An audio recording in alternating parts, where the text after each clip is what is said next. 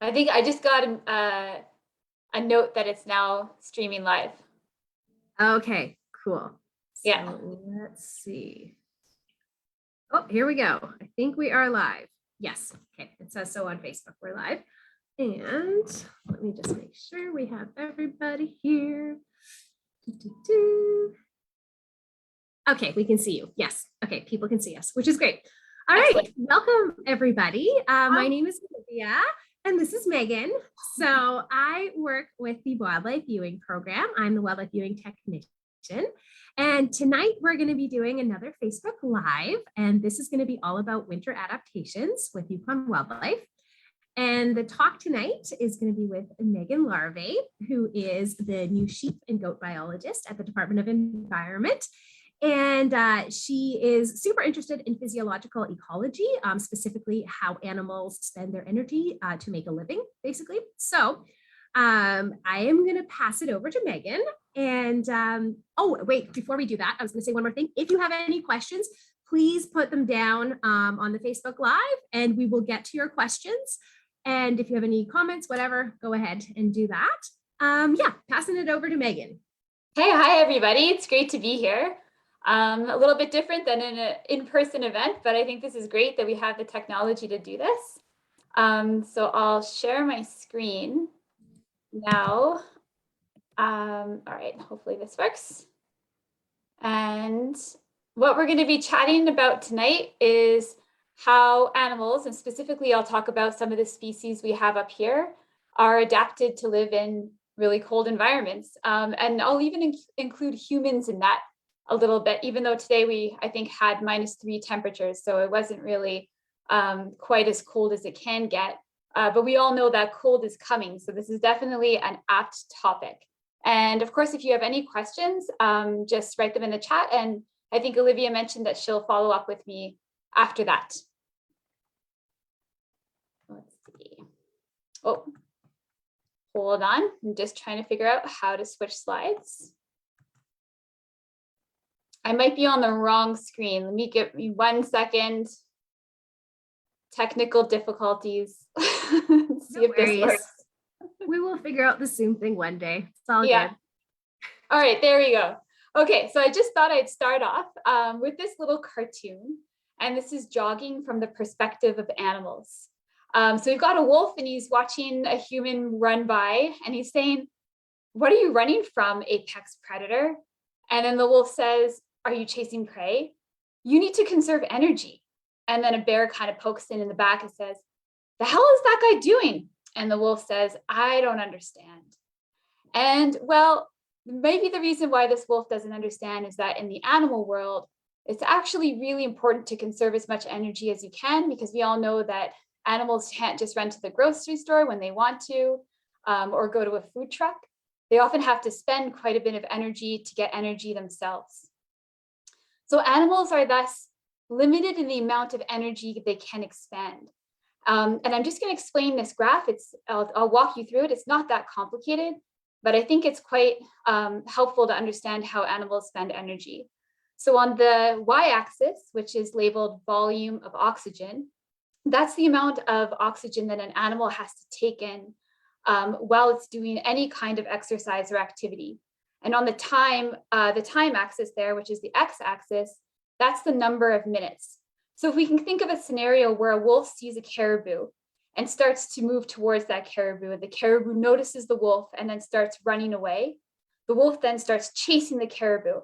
And as he's being more and more active, he's consuming more and more oxygen.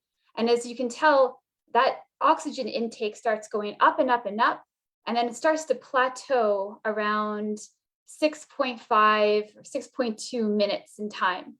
So the wolf just can't get any more oxygen at that point. His lungs are limiting the amount he can get in, and he's working at his max capacity. And there's actually a danger if he were to go further from that capacity, he could start to build up something called lactic acid, which we've all heard about, which kind of makes our muscles sore. But at a certain point, that can actually cause acid in the blood and can cause muscle damage. So the wolf is kind of limited in what he can do. And he's using all of that evolutionary potential that he has with his metabolic rate to make the chase as effective as possible. So the metabolic rate of that wolf essentially sets his capacity to do hard work. So what is metabolism? Well, essentially it's the sum of all chemical reactions in a body. And there's two major metabolic processes that are involved in this. And it sounds fancy, but I promise you we'll go through it and it won't be that difficult to understand. So catabolism is the breakdown of molecules. And this process actually provides energy and the building blocks for cellular function. So I kind of think of catabolism as catastrophe, like it's blowing up.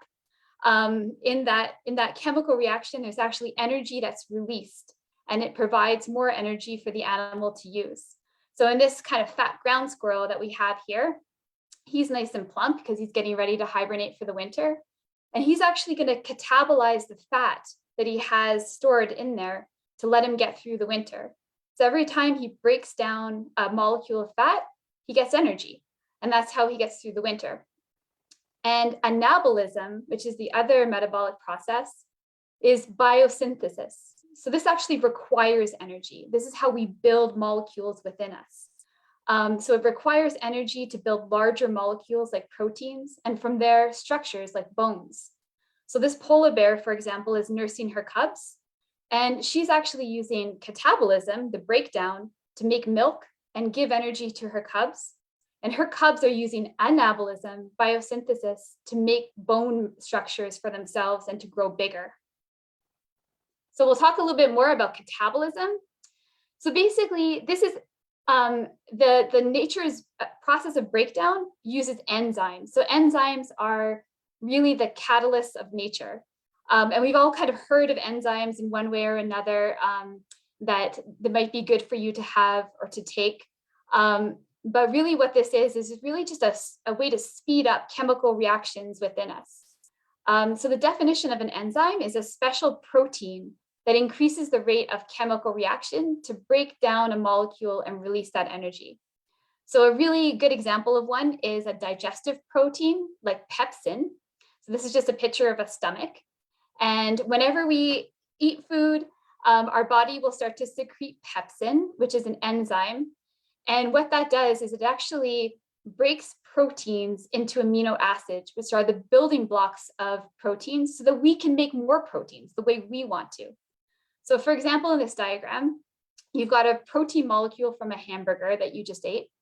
It pops into the enzyme, which is pepsin. And then this creates what's called an enzyme substrate complex. So now we've got the protein and the enzyme together. And it just speeds up the breakdown of that protein and spits out the amino acids that made up that protein in the first place. What's kind of cool though, is that there's a byproduct here, which is heat energy. And this is whenever you have a breakdown of something and you break it down to smaller parts, you end up with what's called an exothermic reaction, which means that heat is produced. So energy is released with that breakdown, and there's a little bit of heat as well. So I don't know if anyone's noticed, but if you go to a restaurant and you eat a huge meal and you had come in from skiing and you were really cold, all of a sudden you start to get really warm. Part of that is because you're inside, but part of that's also because your stomach is breaking down food and creating more heat from that process. So enzymatic activity is also affected by temperature. So for example, those of us that are bakers, we might know a lot about this. Yeast is actually a way to create gas in our flour and loaves, are basically the makeup of bread, so that it starts to rise. And what yeast does is use enzymes to break down sugars within the bread to be able to create gas as a byproduct. It also creates a little bit of heat, so you can also almost feel the dough afterwards, and it's a little bit hot, and that's that exothermic reaction happening. And there is an optimal temperature for this. So we've always been told, if you're baking bread, put it somewhere warm, cover it with a cloth. That's going to speed up the process of it rising. If you've ever tried to make bread when it's 12 degrees in the house, it is a long process. So this little graph sort of gives you that example. You've got the rate of the reaction, how fast the bread is going to rise, and how fast those sugars are going to break down, and in relation to temperature. And it seems like The best temperature there is kind of probably around 37 or something like that. Well, it actually turns out that 37.5 degrees is the best temperature for most enzymes. So I'm sure I can't really ask you guys questions, but what I would say is, 37.5 degrees should sound familiar. And that's because that's our body temperature. So there's something that is linking us to this 37.5 degrees. And what that is that we are warm-blooded. And there's an advantage of being warm-blooded. And you've probably figured it out now. It's because if we can keep ourselves at the optimal temperature for enzymes to work properly, that means we can create structures in our bodies and break them down at the fastest rate we can. And that allows us to do more with our bodies. So we have increased stamina. We might even be smarter because brains take a lot of energy. So if you're warm-blooded, if you stay at 37.5 degrees, that's a great way to have a big brain. You can kind of make sure that you've got lots of energy there to create lots of different neural connections. So most warm-blooded animals tend to be higher in intelligence, and that's, we speak about intelligence, but really that links to is sociality and the ability to live in groups and be pro-social the way humans are. And of course, we're less dependent on external temperatures that way. So for example, if we compare a frog and a mouse, that frog doesn't have the ability to maintain its inner body temperature at a stable temperature.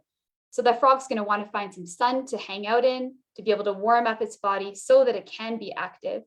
Whereas the mouse is working hard to maintain that 37.5 degrees, enzymes are working well, and this guy can be active at any temperature.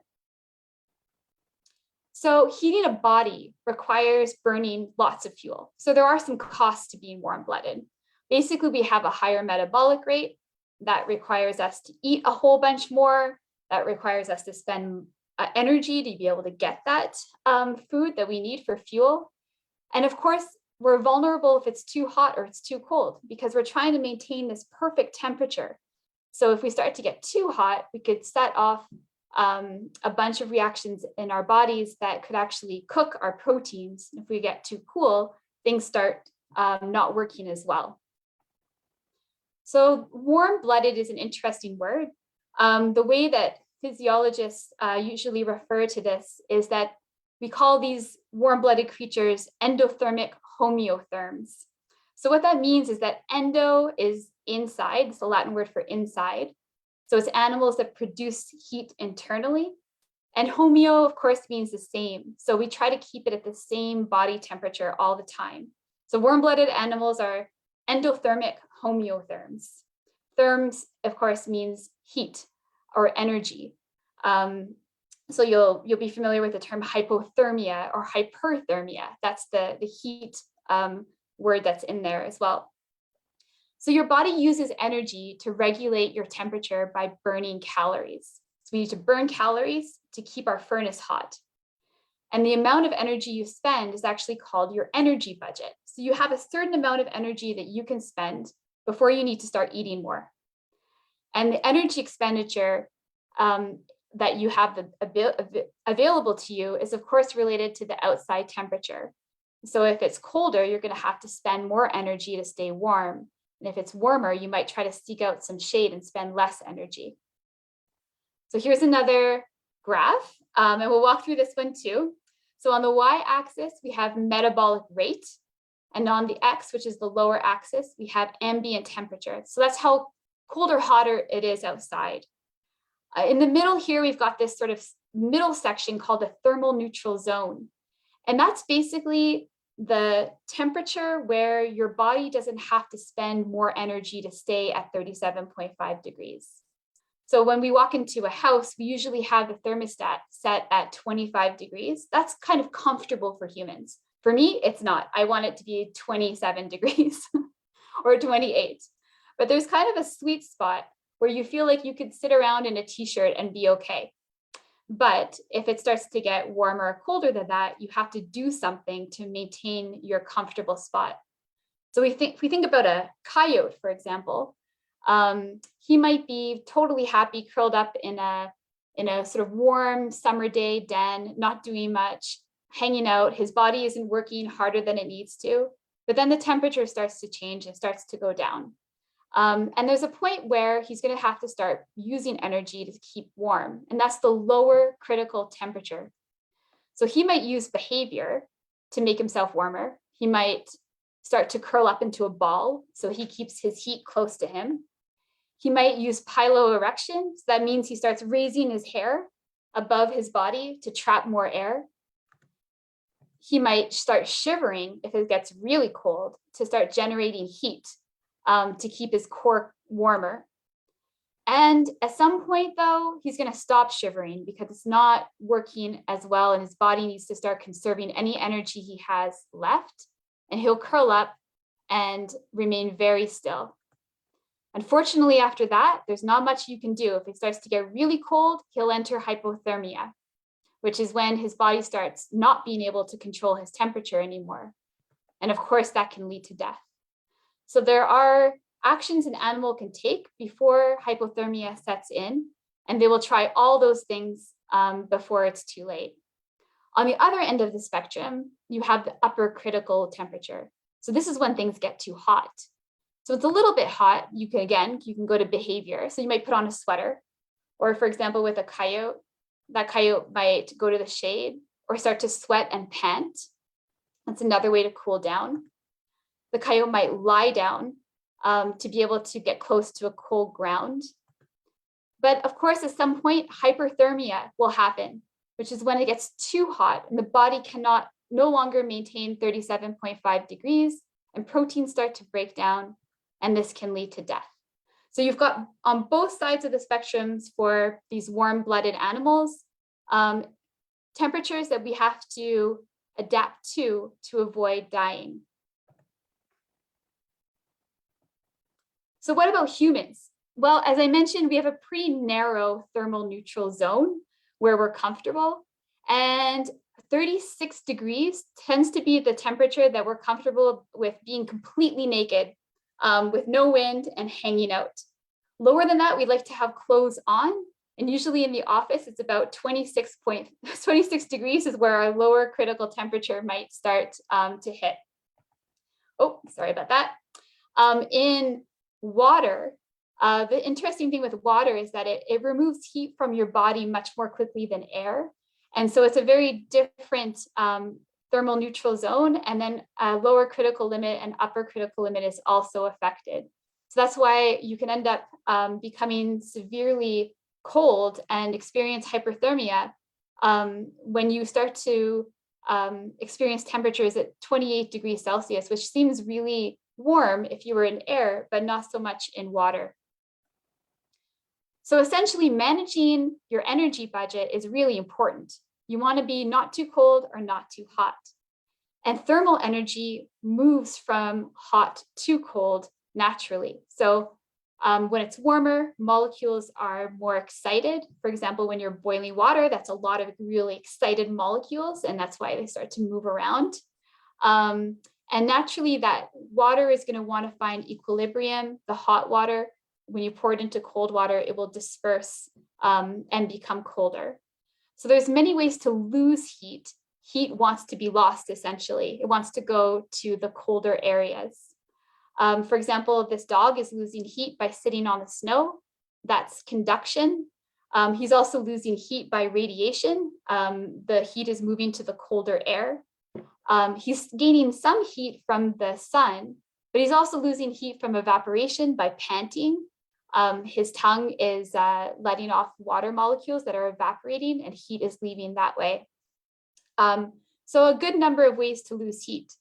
The goal is to minimize how quickly heat is lost based on the amount of food you have available and fuel in your body. So what is the problem with winter? Well, essentially, there's less food available. So there's low fuel to fuel that big furnace that needs to be heated, especially if you're a warm-blooded creature. It's also harder to find food. And winter is long. I mean, it's 8 months up here. And it's harder to hide from predators. Everything's white. There's snow everywhere. It's harder to find cover. So lots of issues with dealing with winter. So what are your options? Well, you could leave.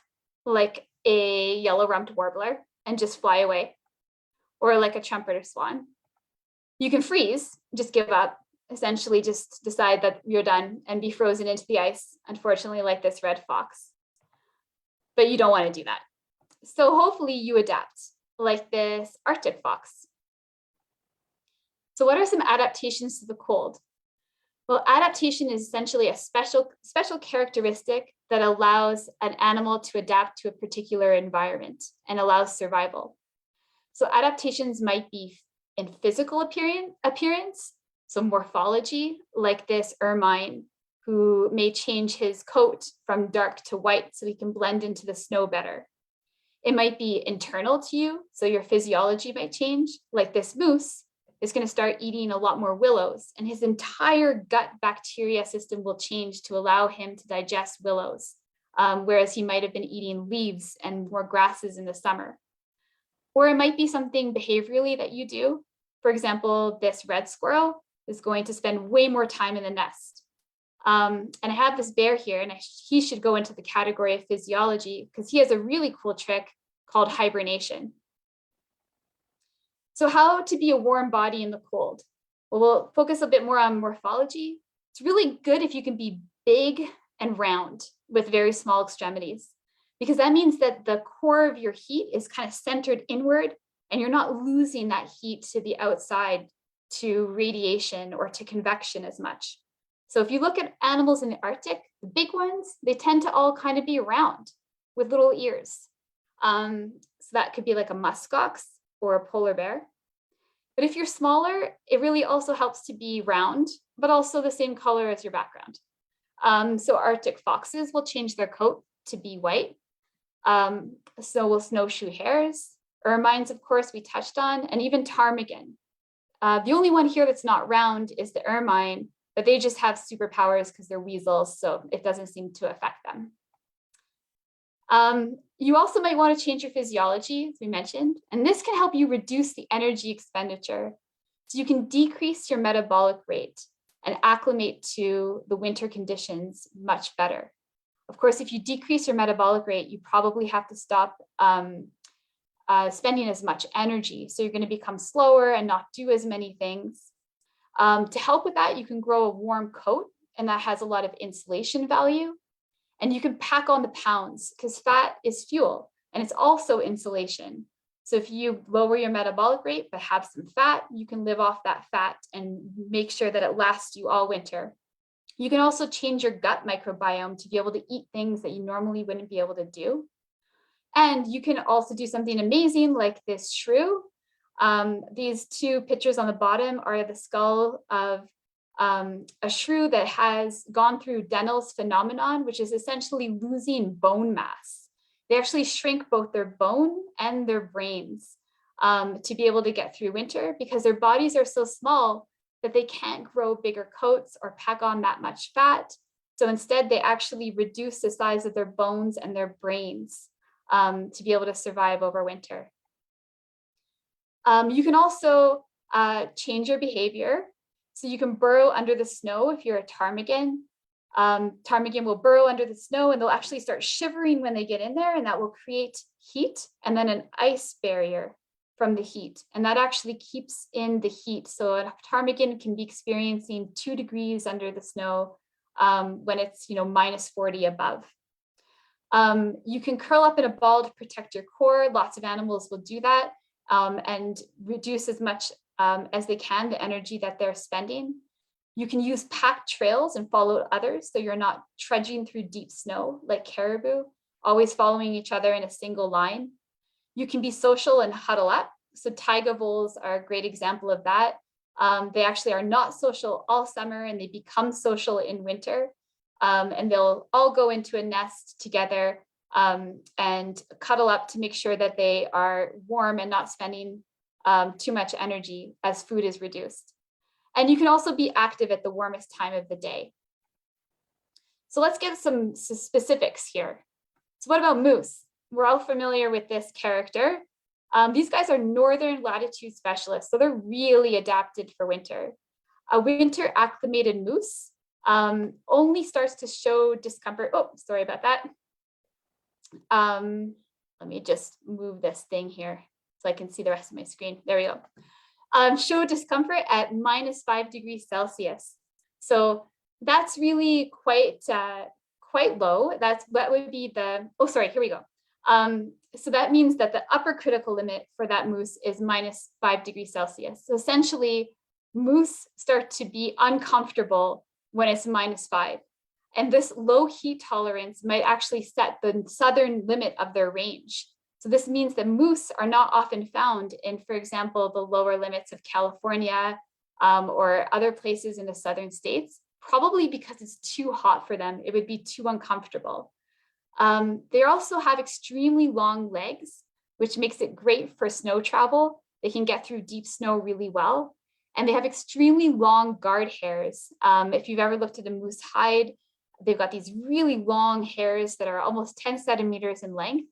And this means that their lowest critical temperature, the point where they start to actually have to do something to get warmer and spend energy to do that, is -35 degrees Celsius, which is pretty impressive. And remember, for us, it's around 26 degrees Celsius. So there's a huge difference there. But browsing, of course, browsing on willows offers really poor caloric value, and cold winters can impact survival. So every calorie counts. So for example, a moose's home range in mild winters is 225 hectares, whereas a home range for a moose in cold winters is just 2.5 hectares. So they really start to reduce the area that they will be active in when it's cold out. They actually require 15 kilograms of browse a day. So that's a lot of food that they have to eat just to maintain their body weight.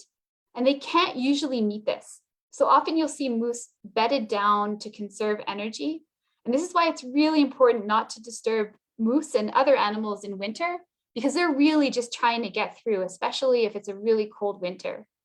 So moose actually run an energy deficit. They can't maintain their body condition over the winter.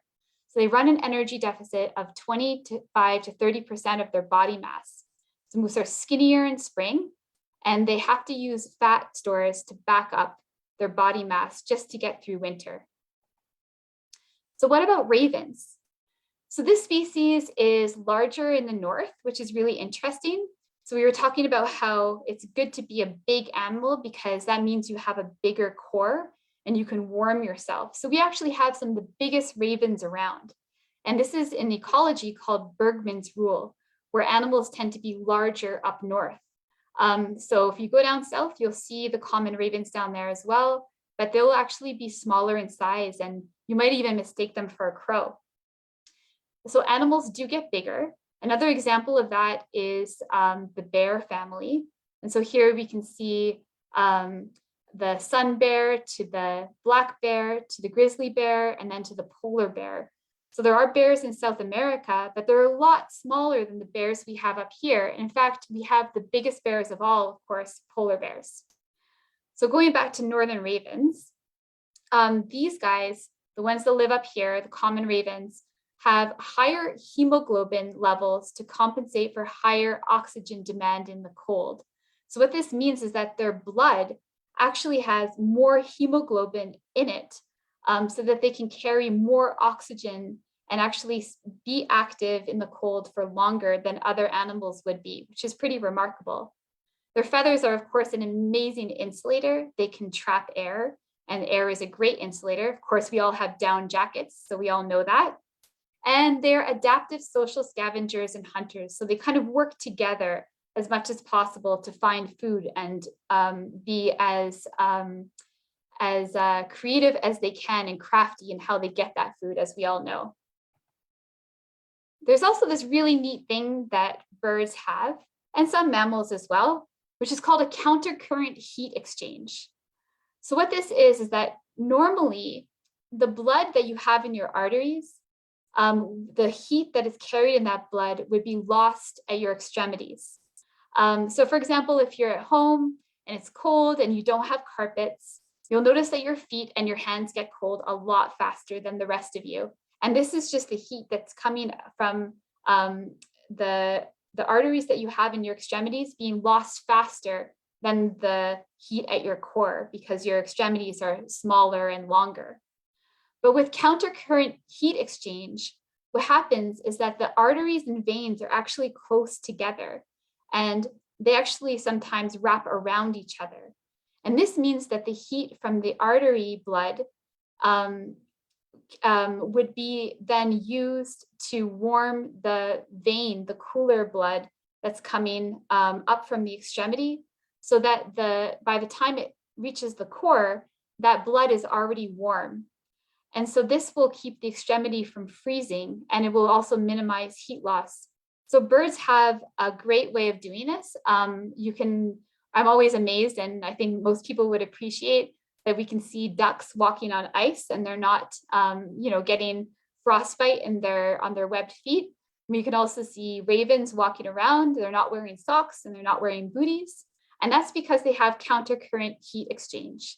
So their arteries and veins are intertwined together to ensure that there is minimal heat loss, and that maintains the temperature in those extremities, especially where there's no insulation. So a muskrat, is kind of a funny creature to hop to next, but they are actually quite a northern animal, and they're really adapted to deal with these cold temperatures. They're a semi-aquatic mammal, so it means that they spend some time in the water and also out of water. These guys are herbivores, and they forage under the water all winter, so they don't use food caches like beavers. They actually construct what we have called these platforms push-ups.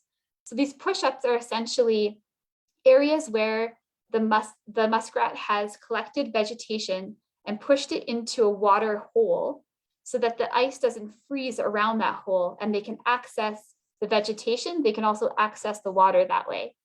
And they will form these push-ups exactly 44 meters apart. And the reason for that is that that's how long they can hold their breath when they swim from one to the other, which is about a minute. So it takes a muskrat about a minute to swim underwater to each push-up. But this is a really great energy conserving method because they're not spending any more energy than they need to access food. They also use grooming behavior to waterproof their coat. They have these great oil glands that can waterproof their coat, and this also creates insulation. And so there's slow heat loss with that nice insulated coat. And they have that countercurrent heat exchange in their tail. So they have a naked tail like a beaver. They also have naked feet, similar to a duck. And so they use that cool trick of a countercurrent heat exchange with the arteries and veins close together to prevent heat loss. But of course, being in water takes away heat much faster than being on land. So a diving muskrat experiences a dramatic heat loss, for example, of 0.14 degrees Celsius per minute. So that's really fast. He's going to start to go beyond and below the 37.5 degrees quite quickly. So they can deliberately try to raise their temperature actually before they dive. And the way they do this is they start hyperventilating. So if you ever watch a muskrat, they'll actually stand on a rock or a platform before they dive into the water, and they'll take a lot of breaths to hyperventilate and raise their core temperature by 1.2 degrees Celsius before they dive. And this allows them to stay under that water and lose less heat a little bit longer. I have a bison here because something that's really interesting, given the energy restrictions in winter and the lack of food, bison will actually eat the push-ups that muskrats make. And this was a problem in the Asiatic area for a while. And folks were concerned that the muskrats were going to lose their push-ups, which is an interesting interspecies interaction. So then if we move to river otters, again, a semi-aquatic mammalian carnivore. So they're not herbivores. They're actually needing to find and hunt fish in winter. And of course, being a carnivore, that takes a lot of energy when you're actively hunting. So they actually depend on beaver-made structures and even muskrat-made structures for their ability to get through the winter. So they are actually found often where beavers are found because they take advantage of the beaver structures, for example, a dam or a place that they can find shelter, like a food storage area. And they cannot get too fat, even though they'd like to get fat. The problem is if you're too fat, you can't swim as effectively or move as effectively, and therefore you can't hunt as effectively. So this means that otters have to be active the whole winter, both to maintain the fuel that they need, but also to maintain their physical condition. So to compensate for this thin layer, they do have an amazingly dense coat. This is probably one of the densest coats in the animal kingdom. There's 57,800 square hairs per centimeter squared. So if you want to know what a centimeter squared looks like, I have a little box here, and there is a lot of hairs packed into that little box. The other cool thing about these guys is that they have interlocking hairs. So there's a magnified picture here, and you can see the little barbs on these hairs. Those hairs actually lock together so that they can become both waterproof, but also better insulated. And this allows them to, again, be in the water without losing the heat from their bodies as quickly. So the champion of winter, of course, the Arctic fox, I couldn't resist talking about this guy. So these guys, as we've mentioned, have a seasonal change in coat color. They also have amazing hair density. So similar to the otter, not quite as good, but they have 8 pounds of hair under that coat that they grow for winter. So lots of hair for insulation. And the hair shafts are actually hollow, similar to a polar bear. And so that hollow shaft of the hair traps heat. It also appears white, even though it's translucent.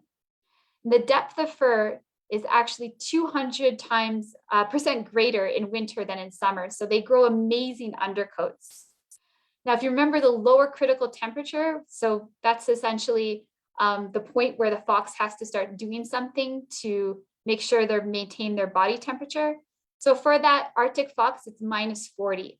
So a fox is totally comfortable at -30, doesn't even have to do a thing.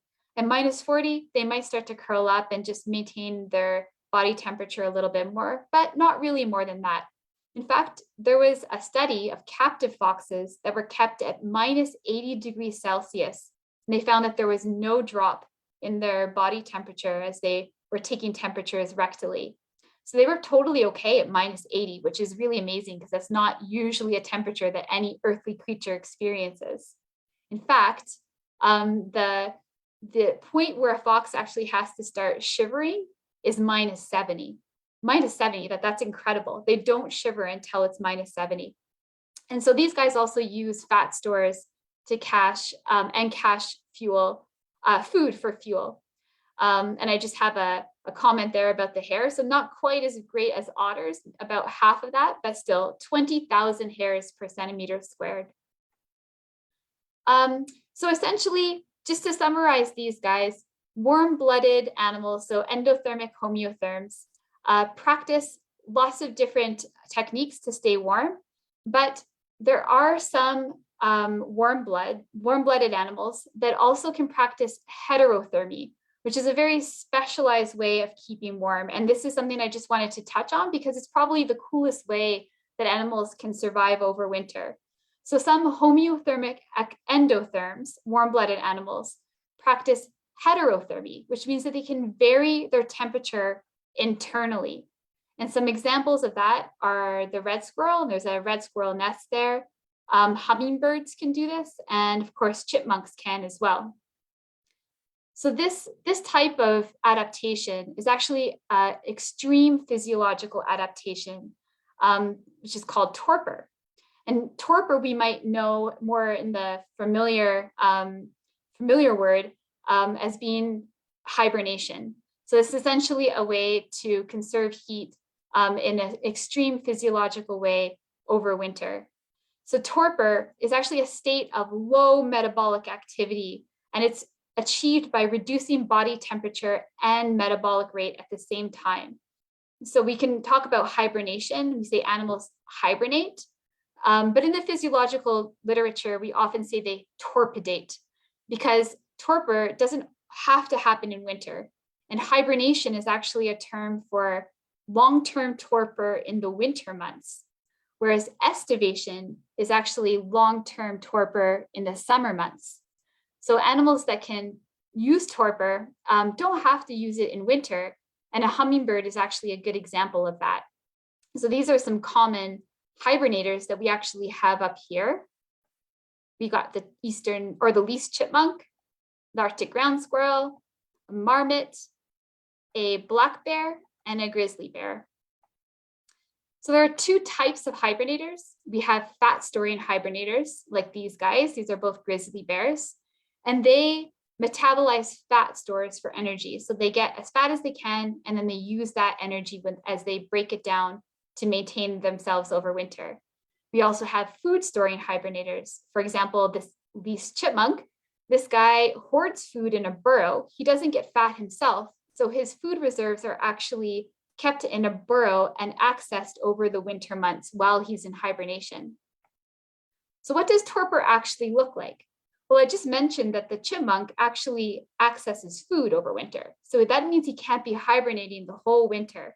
And that's actually what is happening.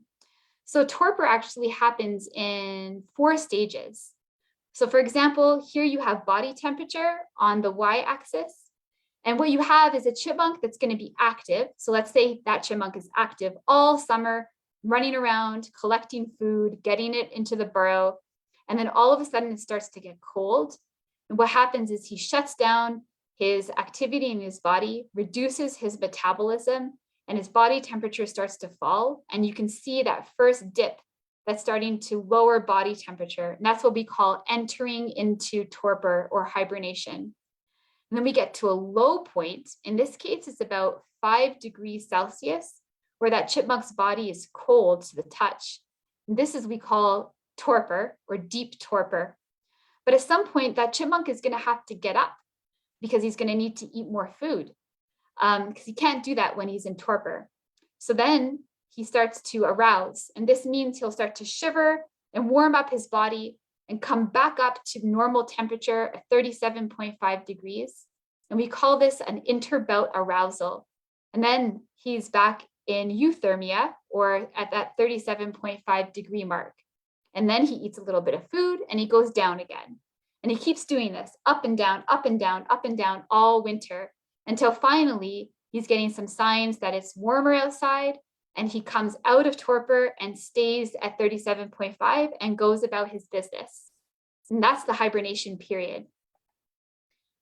So the benefits of being in torpor is that you can reduce your metabolism quite a bit, to even 3% of what you would normally be spending. And survival, of course, is much more easily achieved if you're not able to access food this way, because you don't have to spend as much energy eating. But the cost of being in torpor is that you sacrifice your brain function. So what's interesting is that when you're hibernating, you're not actually sleeping. That's a common misconception. Sleep is really important for animals. And one thing that we do when we're sleeping is that we process memories.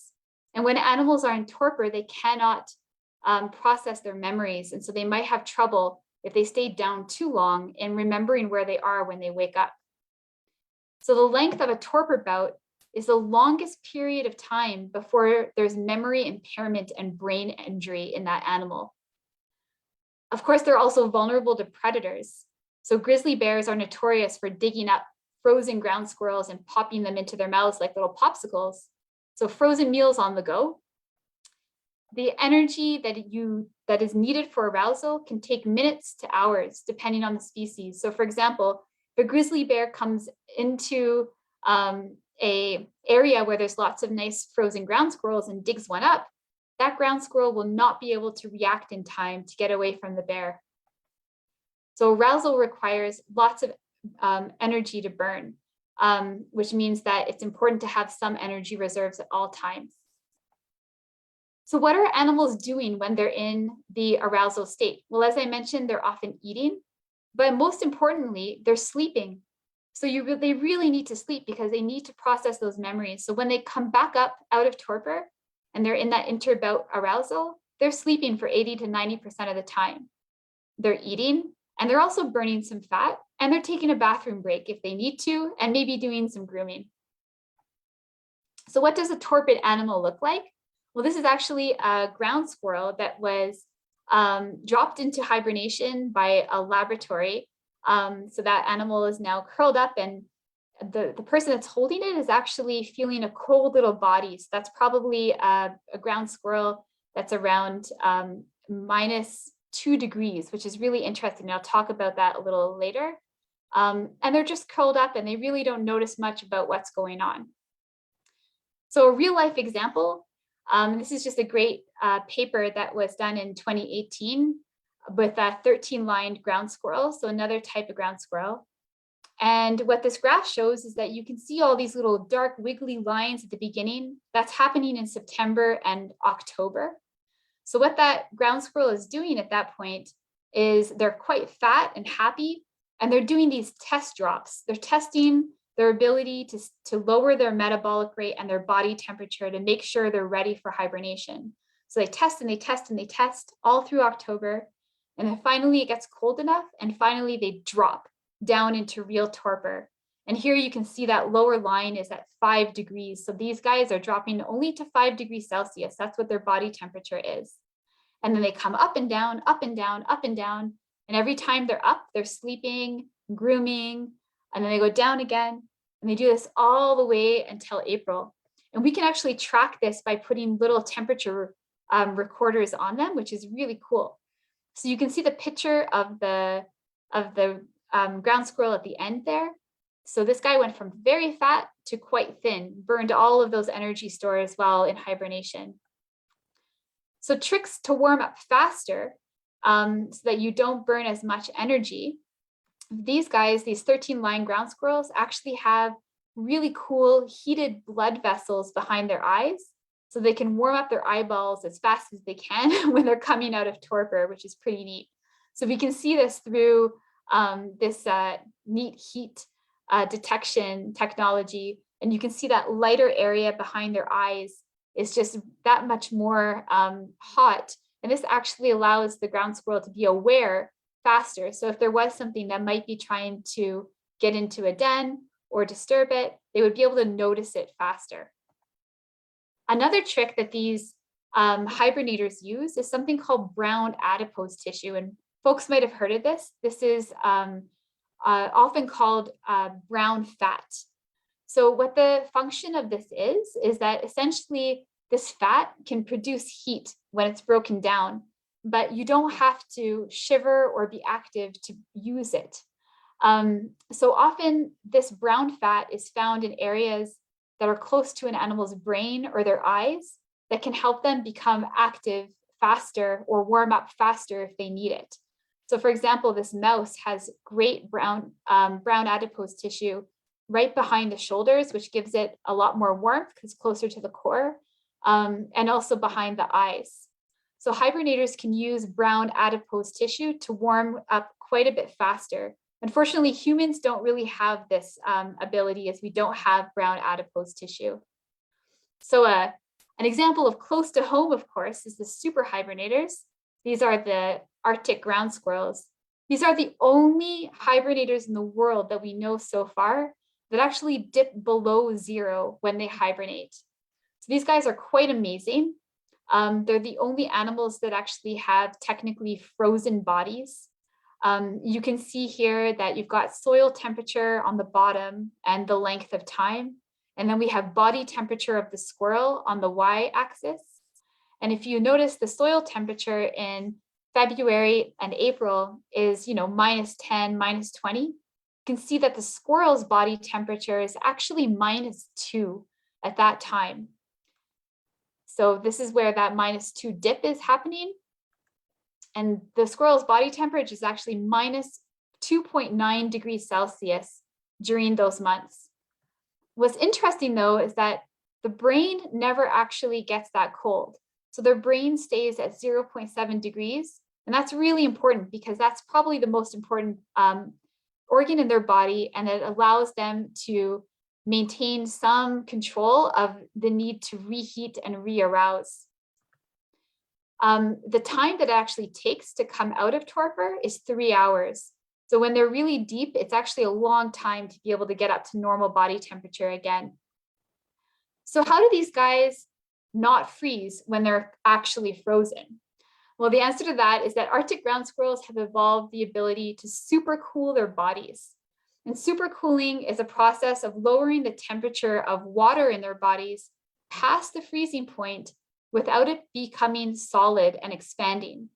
So water would normally freeze around a particle. For example, if there was a nucleus or an organelle in a cell. However, when there's no particle, it means there's no freezing. So the way that ground squirrels have evolved the ability to do this is that they can use the particles in their cells to act as an ice. Oh, hold on. I'm just going to make sure I get this right. Yeah, so they can use, they make sure that they remove the nucleators from their cells. So essentially, particles in cells can act as ice nucleators that allow them, that would allow ice to form.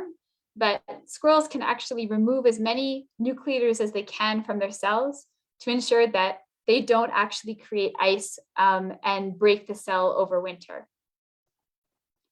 So if we move on to some other cool hibernators that we have, and I think this is my last slide on these guys, I just wanted to mention that black bears and grizzly bears actually are true hibernators. So as much as they are bigger and they maybe don't go as low in temperature, they actually are considered true hibernators by biologists. Their large size is actually what allows them to not have to drop their metabolism as low. A really neat trick they have too is that they have something called delayed implantation. So that means that bears will mate in May. They'll find a female will find a male, and they'll actually mate in spring. But the implantation of the blastocyst or the embryo will actually only happen in November. And that's the female is actually controlling the timing of the implantation of the embryo so that she doesn't have to be pregnant until she's in hibernation, which is really, really neat. And it's a way for her to control the amount of fat she gains so that she has enough fat to provide both for the growth of her baby as well as herself when she's in hibernation. So the cubs, when they're born, are actually really, really tiny. And this is a way for the mom to ensure that she doesn't spend too much energy growing the baby inside her. She actually has the baby while she's hibernating, and then the baby will suckle milk while she's in the den. So babies are actually born late in winter to a mom that's in hibernation, which is really fascinating. And mom's body uses the fat that she stored previously to produce that milk. So the cubs latch on and they're happily awake and active and drinking milk while mom is in torpor. When she arouses, it's kind of funny because she finds out that she gave birth. So it's probably a pretty funny surprise that when you first went down into torpor and then came out again, and all of a sudden you're not alone. So for bears, fat is definitely life. And in fall, the most important period is that period of hyperphagia. So that's when they're really going as strong as they can to find as much food as they can to get as fat as they can. And that will determine if a bear actually survives the winter. Bears that cannot pack on enough pounds, they may actually stay up all winter. And that's when they can be dangerous to human beings, and why it's really important to consider climate change and all these effects on bears that might hinder them going into hibernation effectively. And what's interesting too is that if a female does not have enough fat to support lactation, she won't let that embryo implant. So the baby will not be born. So in summary, heat production requires lots of energy expenditure, and that's basically what defines your metabolic rate. And coping with winter requires lots of ways of reducing that heat loss and reducing energy expenditure. And animals have great ways of doing that. Lots of cool adaptations that are morphological, physiological, and behavioral. So from that, I'd love to open the floor to questions if there's anybody that's still awake. And let me just check that I can see you guys.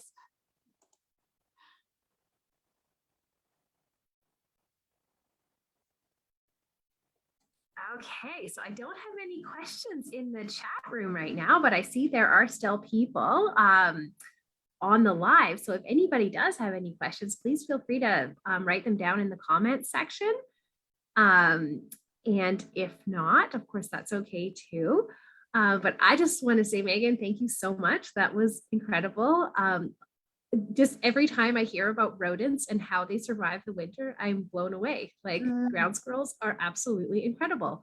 They are, I think, some of the coolest animals there are. Agreed. Yeah. It's like, you know, everybody knows about bears and how they hibernate. Yet it's the little ones that often get forgotten, and they are just so incredibly cool. Absolutely. Yeah. So I don't see any questions, but for anybody who's still on the line with us here, over the winter, we're going to be doing a few more programs like this. We are going to be doing some more Facebook Lives. We're going to be doing some walks and talks in the cold outside. Of course, that's all dependent on what COVID does at that time. But basically, our schedule is at yukon.ca/wilddiscoveries. And you can feel free, you know, just go on there, check that out. Any in-person events that we're having will be by registration.